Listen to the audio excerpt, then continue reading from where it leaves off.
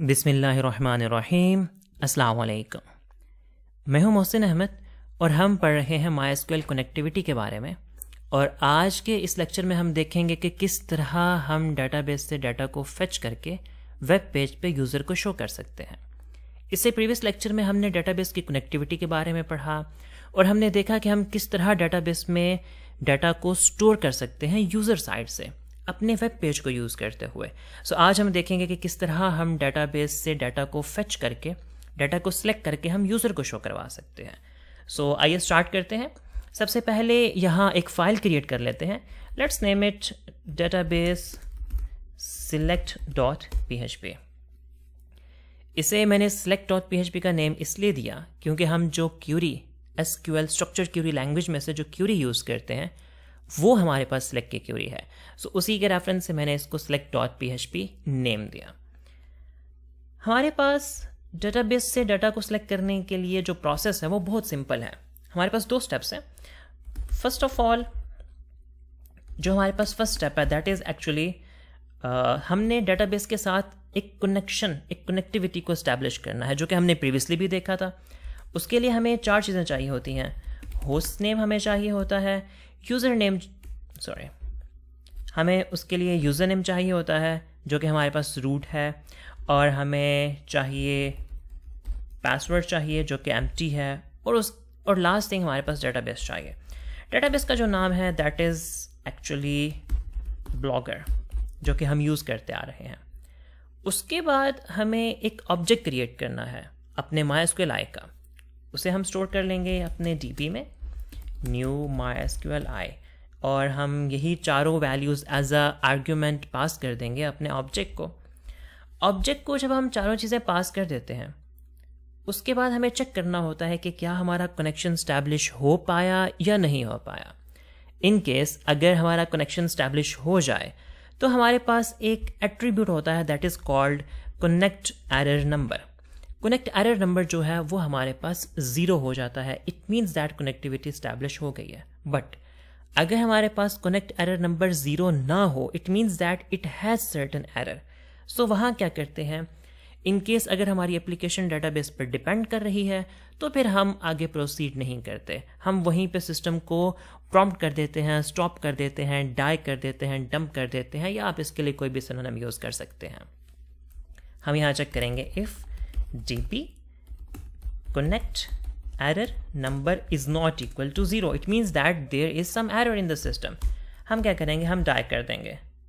हम यहाँ किसी भी तरह का कोई भी एरर शो कर सकते हैं।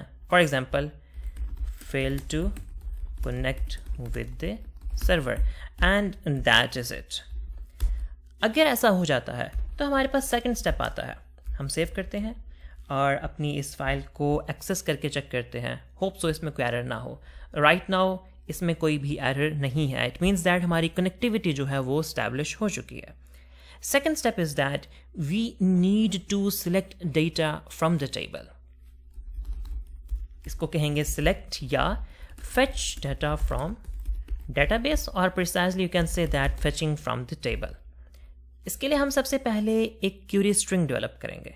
जैसे कि हमने डाटा को इंसर्ट करते वक्त भी क्यूरी स्ट्रिंग डेवलप की थी, वो हमारे पास सिर्फ एक स्ट्रिंग थी। उस स्ट्रिंग को डेवलप करने से एग्जीक्यूशन नहीं होती अनलेस कि हम उसको एग्जीक्यूट करें ना। सबसे पहले यहाँ भी हम क्यूरी स्ट्रिंग डेवलप कर लेते हैं। इसके लिए मैंने पहले बताया कि जो कमांड हम यूज़ करते हैं that is select static from जो भी टेबल होता है। हमारे पास जो टेबल है दैट इज़ ब्लॉग पोस्ट, और टेबल का जो नेम है इसको हम इनक्लोज कर देंगे बैकटिक्स में। The main thing is that what is static को समझने के लिए हम पहले इसको एग्जीक्यूट करते हैं। एग्जीक्यूशन कैसे होती है क्यूरी की, हमारा जो डेटाबेस होता है, डेटाबेस में हम एक फंक्शन एग्जीक्यूट करते हैं दैट्स कॉल्ड क्यूरी, और इस क्यूरी के फंक्शन को हम अपनी query string as a parameter pass करते हैं। अब ये क्यूरी स्ट्रिंग हम इसको एज अ पैरामीटर पास करेंगे तो इससे क्या होगा कि हमारी क्यूरी सर्वर पे जाके एग्जीक्यूट हो जाएगी। जब क्यूरी सर्वर पे एग्जीक्यूट होती है तो 2 ही पॉसिबिलिटीज़ होती हैं। पहली पॉसिबिलिटी क्यूरी सक्सेसफुली एग्जीक्यूट हो जाएगी, और दूसरी पॉसिबिलिटी क्यूरी सक्सेसफुली एग्जीक्यूट नहीं हो पाएगी। सक्सेसफुल एग्जीक्यूशन ना होने की जो रीज़न है वो सिर्फ और सिर्फ एक है, and that is syntax error. Syntax error means कि आप यहाँ कुछ स्पेल गलत लिख देते हैं, या आप कमांड गलत दे देते हैं, या इसकी जो फॉर्मेशन है उसको आप ठीक से नहीं बिल्डअप करते, तो आपके पास एरर आ जाता है। चलें हम इसको ऑब्जर्व करते हैं। हम जो क्यूरी एग्जीक्यूट कर रहे हैं इसको हम किसी वेरिएबल में स्टोर कर लेते हैं। लेट्स सपोज हम इसको रिजल्ट के वेरिएबल में स्टोर कर लेते हैं और इसको डंप करके देख लेते हैं कि इस वेरिएबल में है क्या, ताकि हम उसको अंडरस्टैंड कर सकें और मोर प्रिसाइजली हम इस स्टैटिक को ऑब्जर्व कर सकें। सेव करते हैं, रिफ्रेश करते हैं, यू कैन सी दैट हमने अब रिजल्ट के वेरिएबल को डंप किया है। सो रिजल्ट का वेरिएबल एक ऑब्जेक्ट है। कौन सा ऑब्जेक्ट? MySQLi रिजल्ट का object. Okay fine. Current field 0, हम इसको इग्नोर करते हैं। फील्ड काउंट 5, ये फील्ड काउंट 5 क्या है? एक्चुअली आपको बता रहा है कि आप अपने टेबल से कितनी फील्ड्स का डाटा लेके आए हैं। हम यहाँ देख सकते हैं कि हमारे पास जो हमारा टेबल है ब्लॉग पोस्ट का, table blog post, it contains 5 fields. Blog post ID, title, description, image and posted at. यही वो 5 फील्ड्स हैं जो कि हम फेच करके लाए हैं, लेकिन हमने अपनी क्यूरी में तो कहीं इनको मेंशन नहीं किया। So now there comes the point, जो स्टैटिक है ये एक्चुअली आपकी फील्ड्स को रिप्रेजेंट करता है, and static stands for all. So we are fetching all of the fields from the blog post table.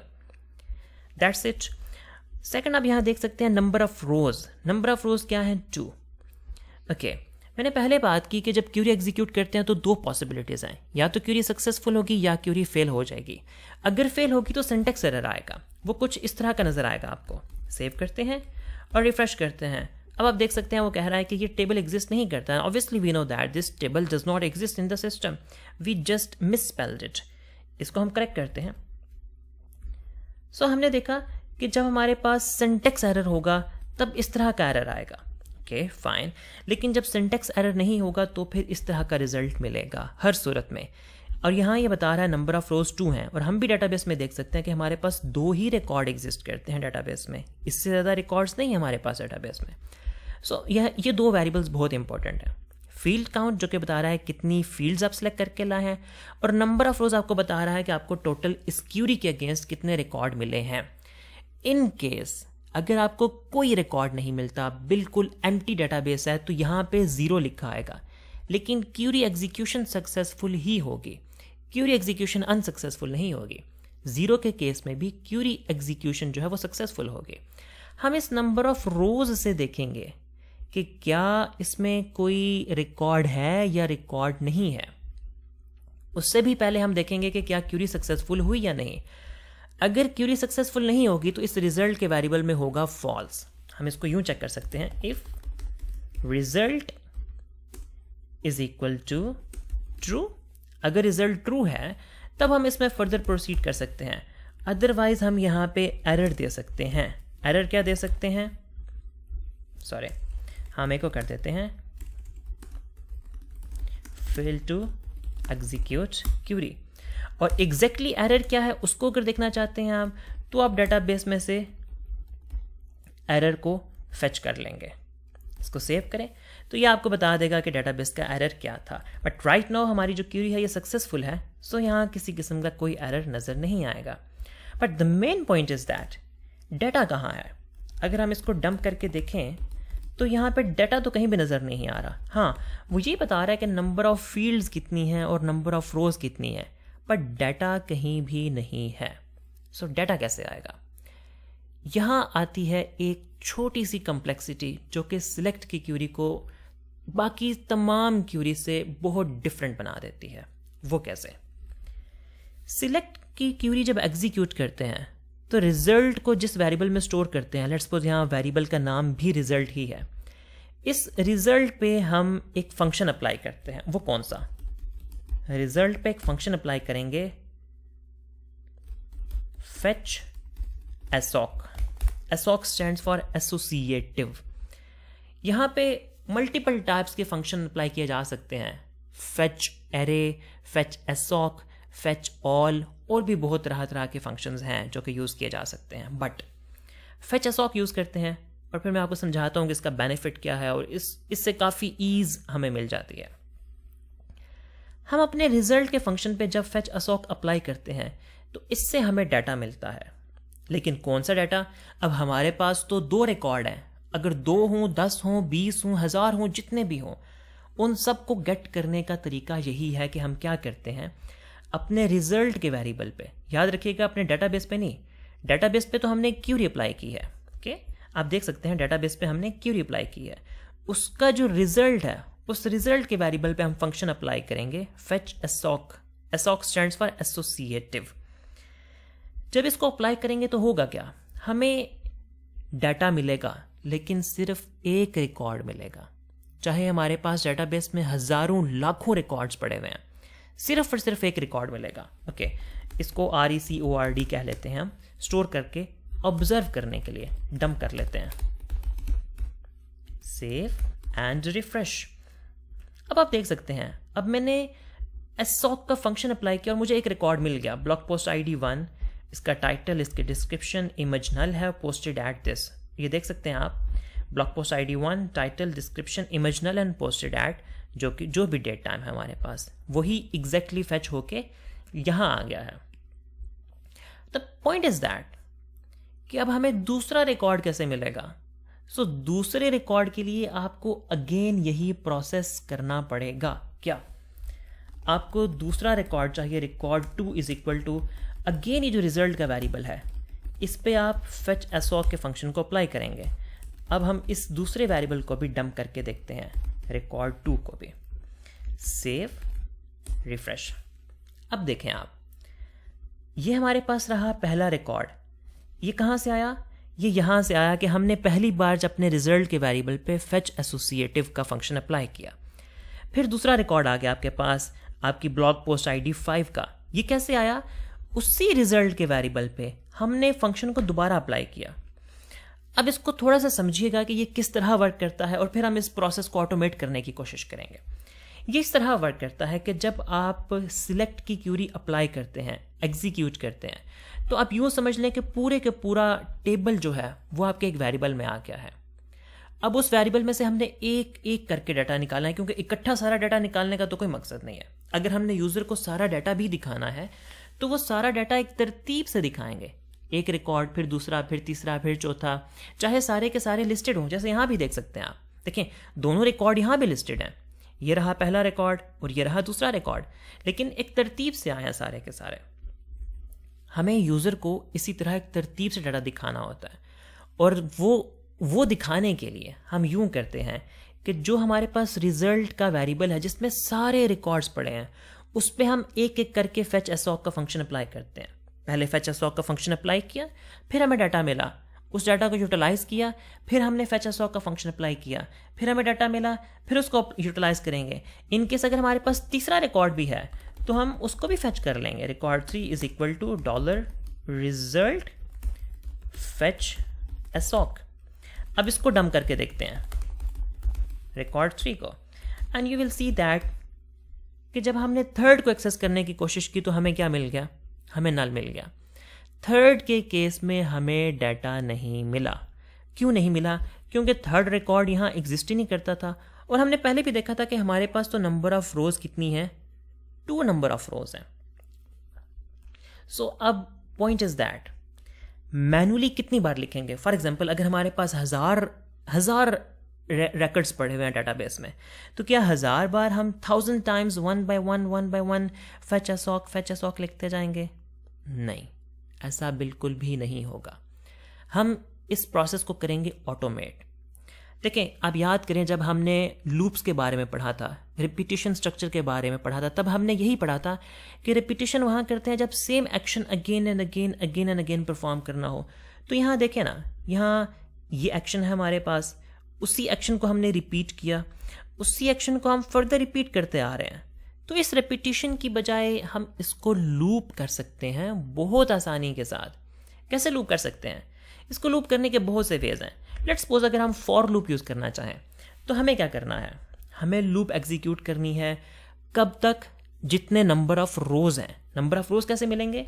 देखिए, नंबर ऑफ रोज हमें मिलेंगे इको रिजल्ट, जिसमें सारा टेबल पड़ा हुआ है, उसमें नम रोज का एट्रीब्यूट है, उसको यूज़ करके सेव करें, सॉरी इस पेज को रिफ्रेश करें, यू कैन सी दैट हमारे पास 2 नंबर ऑफ रोज हैं। सो हमें 2 नंबर ऑफ रोज को आइटरेट करना है। इट मीन्स दैट हमें 2 बार एग्जीक्यूशन करनी है। हमें अब कुछ ऐसा मैकेनिज्म बनाना है फॉर लूप के अंदर। For $i is equal to let's suppose 1, $i is less than equal to $result number of rows and $i plus plus। हमारा लूप 1 से स्टार्ट हो रहा है और 2 तक जा रहा है, इंक्लूडिंग 2, लेस देन और इक्वल टू 2। सो अब क्या होगा, I1 पे भी एग्जीक्यूट होगा, I2 पे भी एग्जीक्यूट होगा, I3 पे ये टर्मिनेट हो जाएगा। हमें ये लूप मिल गया। इसमें हमने रिकॉर्ड फेच करना है। कैसे फेच करना है, अपना जो रिजल्ट का वेरिएबल है उस पर हम फेच एज स्वैप का फंक्शन अप्लाई करेंगे।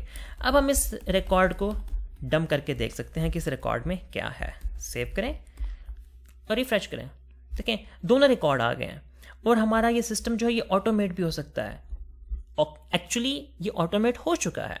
अगर हम यहाँ पे रिकॉर्ड इंसर्ट करते हैं थर्ड वन, लेट्स सपोज हम यहाँ से किसी के रिकॉर्ड को कॉपी कर लेते हैं। लेट्स सपोज इसी को कॉपी करते हैं, इसकी सिर्फ आईडी जो है उसको हम एम्प्टी छोड़ देते हैं ताकि ये ऑटोमेटिकली नेक्स्ट आईडी को एंटर कर ले। गो करते हैं। अब आप देख सकते हैं कि हमारे पास थर्ड रिकॉर्ड भी आ चुका है and you can see that 1, 5 and 6। हमने कोड में कोई चेंजेस नहीं करनी। अब जस्ट हम इसको रिफ्रेश करेंगे, यू कैन सी दैट ये रही आपकी पहली पोस्ट, ये रही आपकी दूसरी पोस्ट और ये रही आपकी तीसरी पोस्ट। सो इस तरह से हम रिकॉर्ड को फेच करते हैं। अब यहाँ पे एक इंपॉर्टेंट चीज़ कि ये सारा डाटा ऐसे क्यों नज़र आ रहा है। हमें अपनी मर्जी का डाटा, फॉर एग्जांपल अगर हमें आईडी शो नहीं करनी, अगर हमें इमेज शो नहीं करनी कि वो है ही नल, हम वही रिकॉर्ड शो करें जो हम शो करना चाहते हैं, तो जी बिल्कुल हम वो रिकॉर्ड शो कर सकते हैं इस लूप के अंदर। इस आइट्रेशन के अंदर जो लिखेंगे वो आइट्रेटिवली सारे रिकॉर्ड्स पे अप्लाई हो जाएगा। लेट्स सपोज मुझे सिर्फ टाइटल डिस्प्ले करना है, टाइटल एंड डिस्क्रिप्शन, तो मैं बिल्कुल कर सकता हूं। कैसे, इको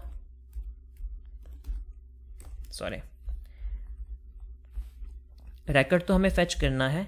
अब हमें यहां पे सिर्फ एको करना है रिकॉर्ड का टाइटल।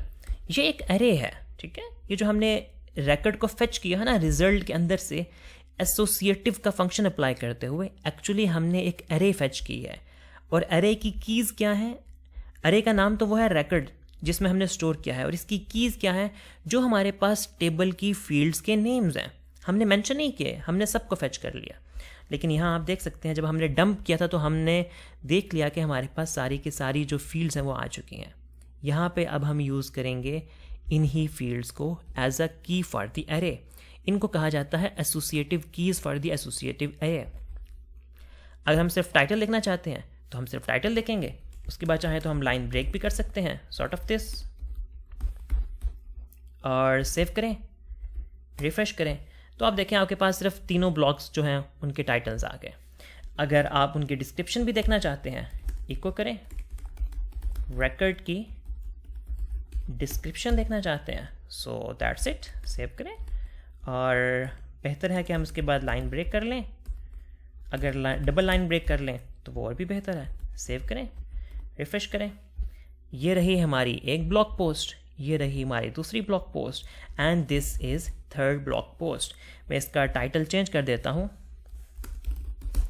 ताकि यहाँ पे हमें डिफरेंस फील हो सके। There we go. हाँ, अभी हम इन चीज़ों को फैंसी वे में प्रिंट करवा के नहीं देख रहे, क्योंकि अभी हमारा पर्पज़ इनकी फैंसीनेस नहीं है, इनकी डिज़ाइनिंग नहीं है।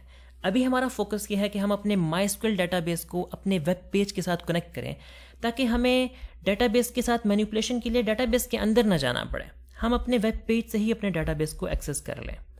सो ये है हमारे पास सिलेक्ट की कमांड। सिलेक्ट की कमांड की बहुत सी वेरिएशंस हैं, इसको अप्लाई करने की इसके अंदर बहुत सी चीज़ें हैं जिनको हम इंशाल्लाह आगे आने वाले लेक्चर्स में एक्सप्लोर करेंगे। लेकिन बेसिक सिलेक्ट की कमांड जो है उसको हम इसी तरह एग्जीक्यूट करते हैं। And there is one more thing, अगर आप चाहते हैं कि आप स्टैटिक अप्लाई ना करें, आपको सिर्फ ये 2 फील्ड चाहिए थी, बाकी फील्ड्स नहीं चाहिए, तो आप यहाँ मेंशन भी कर सकते हैं। टाइटल सेलेक्ट करना है और डिस्क्रिप्शन सेलेक्ट करनी है, और ये चूँकि हमारे पास टेबल की फील्ड्स हैं तो इनको हम इनक्लोज कर लेंगे बैकटिक्स के अंदर। सेव करें, रिफ्रेश करें, तो इसमें कोई फ़र्क नहीं। हाँ, अब एक प्रॉब्लम ज़रूर है, अगर आप किसी और को एक्सेस करना चाहेंगे, फॉर एग्जांपल रिकॉर्ड के अंदर से पोस्टेड ऐड को एक्सेस करना चाहते हैं, तो अभी आप एक्सेस नहीं कर सकते। क्यों एक्सेस नहीं कर सकते? क्योंकि आपने पोस्टेड ऐड को फेच ही नहीं किया। आपने फेच सिर्फ टाइटल और डिस्क्रिप्शन को किया है। That's why it is saying that undefined अरे की पोस्टेड ऐड। हालांकि यहाँ तो पोस्टेड ऐड एग्जिस्ट करता है, बट हमने उसको फेच नहीं किया था। सो हम अमूमन स्टैटिक नहीं लिखते। हमें जो फील्ड्स चाहिए होती हैं बस हम उन फील्ड्स को मेंशन करते हैं ताकि किसी किस्म की जो डाटा प्राइवेसी है वो ब्रीच ना हो सके। हम यहाँ पे थर्ड को भी मेंशन कर देते हैं, पोस्टेड ऐड, सेव करते हैं, रिफ्रेश करते हैं। Now you can see that कि हमारे पास पोस्टेड ऐड की वैल्यूज़ भी आना शुरू हो गई हैं। ये थी हमारे पास सिलेक्ट की सिलेक्ट का जो कीवर्ड है या सिलेक्ट की जो क्यूरी है उसको हम यूज़ करते हैं डेटाबेस से डाटा को फेच करने के लिए। और ये बहुत आसान है। सबसे पहले तो हम डेटाबेस की कनेक्टिविटी, जिसको हमने प्रीवियस लेक्चर में भी ऑब्जर्व किया, और उसके बाद हमारे पास सिलेक्ट की कमांड जो कि सिंपल सी कमांड है। हाँ, इसकी एग्जीक्यूशन थोड़ी सी डिफ़िकल्ट ज़रूर है, कम्प्लेक्सिटी की तरफ लेके जाने वाली। हम क्या करते हैं कि हम क्यूरी को एग्जीक्यूट करते हैं, एग्जीक्यूशन का रिजल्ट सेव करते हैं। हम देखते हैं कि क्या रिजल्ट हमारे पास ट्रू है। अगर रिजल्ट हमारे पास ट्रू है इट मीन्स दैट कि हम इसको आइट्रेट कर सकते हैं। इसको आइट्रेट करने से पहले हम चेक भी कर सकते हैं, if result number of rose greater than 0। अगर ग्रेटर देन 0 हैं तब हमें आइट्रेट करने हैं। अगर ग्रेटर देन 0 नहीं है तो हम कह सकते हैं कि क्यूरी तो सक्सेसफुली एग्जीक्यूट हो गई बट डेटाबेस में डाटा ही नहीं है। तो हम यहाँ सिंपली कह सकते हैं there is not any data in the system. Save, refresh. अभी यहाँ पे हमें किसी किस्म का कोई एरर नज़र नहीं आया क्योंकि हमें 3 एंट्रीज़ मिल गई हैं। अगर ये 3 एंट्रीज़ ना मिलती तो फिर हमारे पास यही आउटपुट आनी थी, there is not any data in the system. I hope कि आपको सिलेक्ट की कमांड समझ आ गई होगी। इसको बेहतर तरीके से समझने का बेहतरीन तरीका यही है कि आप इसकी again and again different variations के साथ प्रैक्टिस करें। और स्टिल अगर आपको किसी चीज़ में कोई कन्फ्यूजन है या कोई चीज़ समझ नहीं आ रही तो आप कमेंट्स में पूछ सकते हैं। आज के लिए इतना ही। इंशाल्लाह मिलते हैं नेक्स्ट लेक्चर में। तब तक के लिए अल्लाह हाफिज़।